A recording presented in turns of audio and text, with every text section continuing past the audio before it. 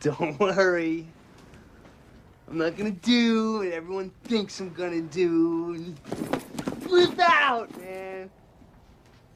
All I want to know is who's coming with me. Who's coming, man? Who's coming with me?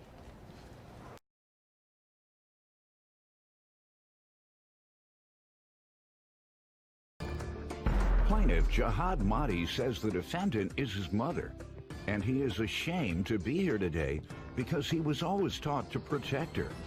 Jihad claims from the time he was 5, the defendant always told him that she would love herself more than she would ever love him, and he's suing her today for an unpaid bill and emotional distress.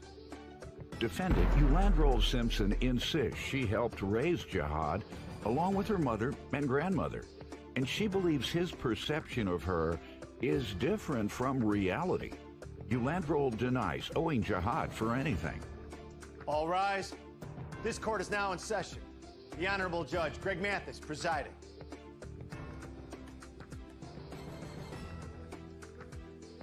You may now be seated. Start with you. This is my mother. I feel ashamed that I have to shame my mother like this. I feel hurt about it.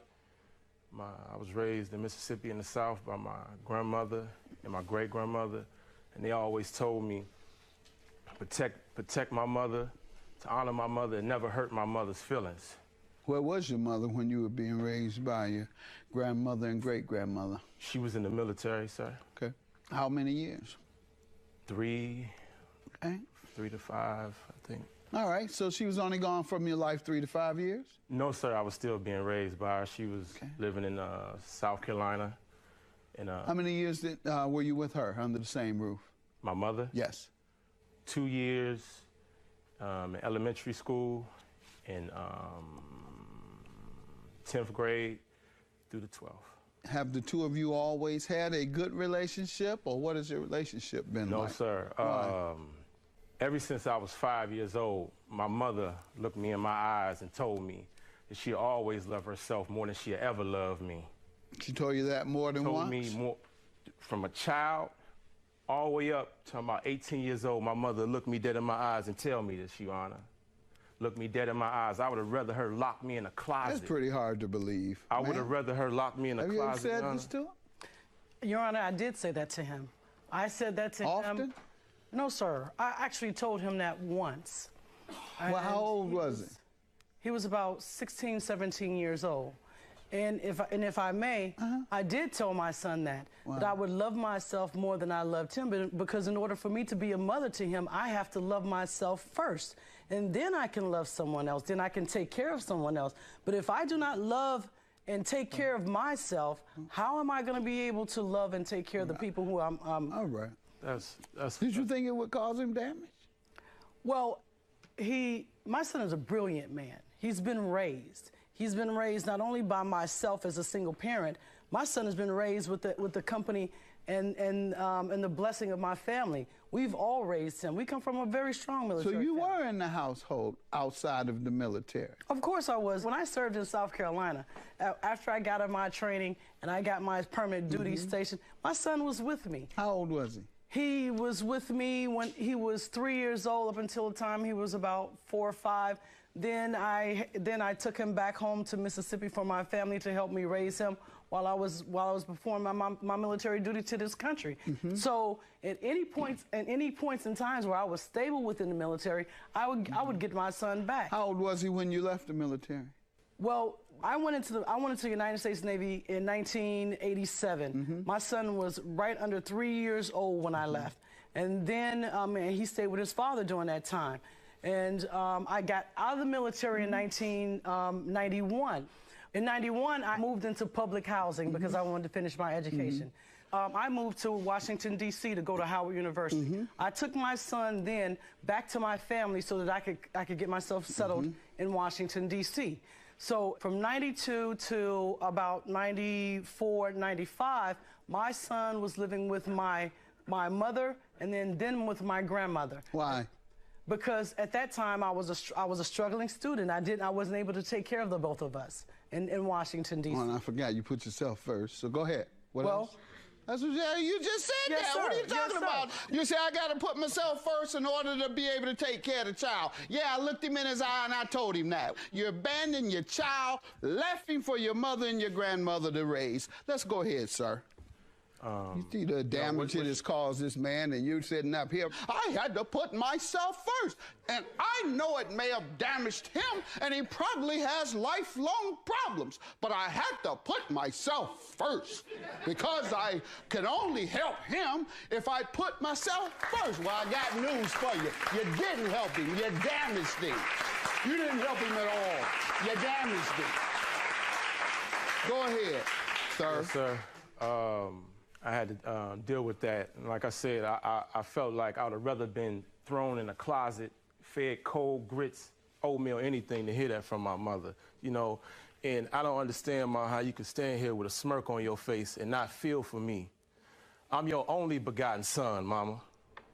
And after all them years you done said that to me, Mama, you can stand here with smiling. That's not right, Mama. I'm your child, ain't I, Mama? Don't you supposed to protect me from all enemies, foreign and domestic, Mama? Don't you supposed to protect me, Mama? And you'll sit here with a smirk on your face. I didn't want to do this to you, Mama. I didn't want to shame you like this. I'm sorry, Your Honor. No, I'm sorry. you're telling her what she needs to hear. I didn't want to do this to you, Mama. I'm sorry. And I'm still like that wounded, battered wife that want to protect her husband. I'm still like that wounded child saying, I'm apologizing to you, that I'm sorry that I had to do this to you, Mama. I'm still that child. I hope she doesn't have a smirk on her face, and I hope you're misinterpreting that. Is he misinterpreting that, isn't he, ma'am? Well, Your Honor, I think his perception of me is quite different from the reality. You know, we're talking about the smirk he believes you have on your face today. As I sit here and fight off tears, I look over there and you do have a different look than a person who was very sad and a person who was very touched by what he just said. Yes, sir. I love my son and I always will. And he's always known this. I have provided everything I could as a single parent for my son. Say he's always known it. Yes, he has always known it. Let's move on, sir. All right. Sir, to hide a daughter from me with another woman, telling this woman he don't want to, oh, don't talk to him, talk to me. He said he don't want nothing to do with y'all. 8 years passed, Your Honor. She's going behind my back. She's supposed to protect me. No matter what, how can somebody come to you, Mama? How can somebody come to you and betray your only begotten son, Mama? That is treacherous. Ain't nobody did that to you. Hide a daughter from me with another woman, telling this woman, oh, don't talk to him, talk to me. He said he don't want nothing to do with y'all. 8 years passed, Your Honor. She's going behind my back. Plaintiff Jihad Mahdi is suing his mother, who he claims conspired to hide his daughter from him. Tell me about the bill you're suing for. The bill, in June of this year, I get something hit on my credit score, a BGE bill. In a D.C. area, it's gas and electric. I haven't had no gas and electric in my name because every place I lived, when I lived out there, was all utilities included. I know you're not about to tell me she put Yes, sir. electricity in your name without your permission. In one of her rental properties. In one of her rental properties. How did you find out it was her then? When I called BGE, they telling me, no, it's you. This has been on since 2009 to 2014. I said, how can y'all let a bill go up to over $1,500? Did you mention it to your mother? I was so angry. Right. It was no way possible for me to speak to her respectfully. Yeah. So I waited, Your Honor. I put it off. Just can't wait no longer. How can I do this without? I reached out to my mother. I ain't spoke to my mother in years. Last time I seen my mother was in May at my son's graduation. the Tell last me about time. when you called her about the bills. What did she say? When I called my mother about the bills, I said, Mama, you put a BGE bill in my name. It's done affected my credit score.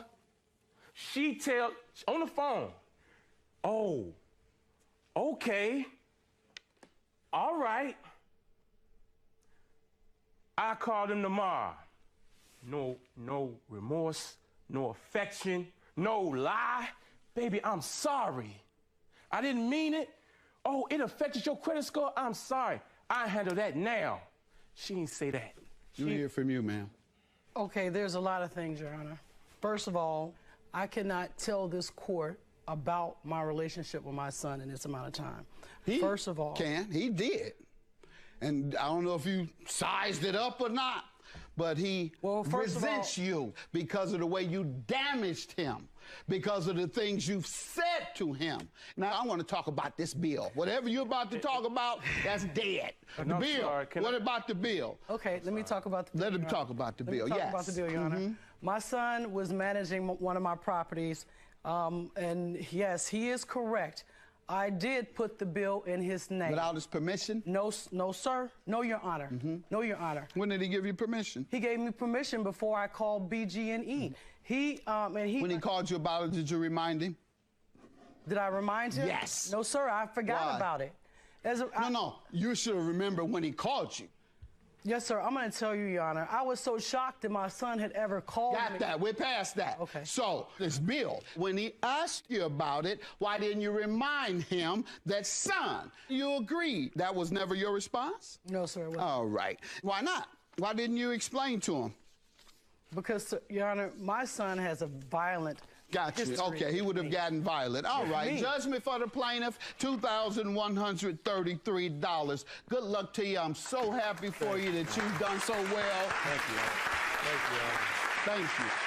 Your grandmother and your great-grandmother did a great job after your mother abandoned you. Good luck to you. Judgment for the plaintiff.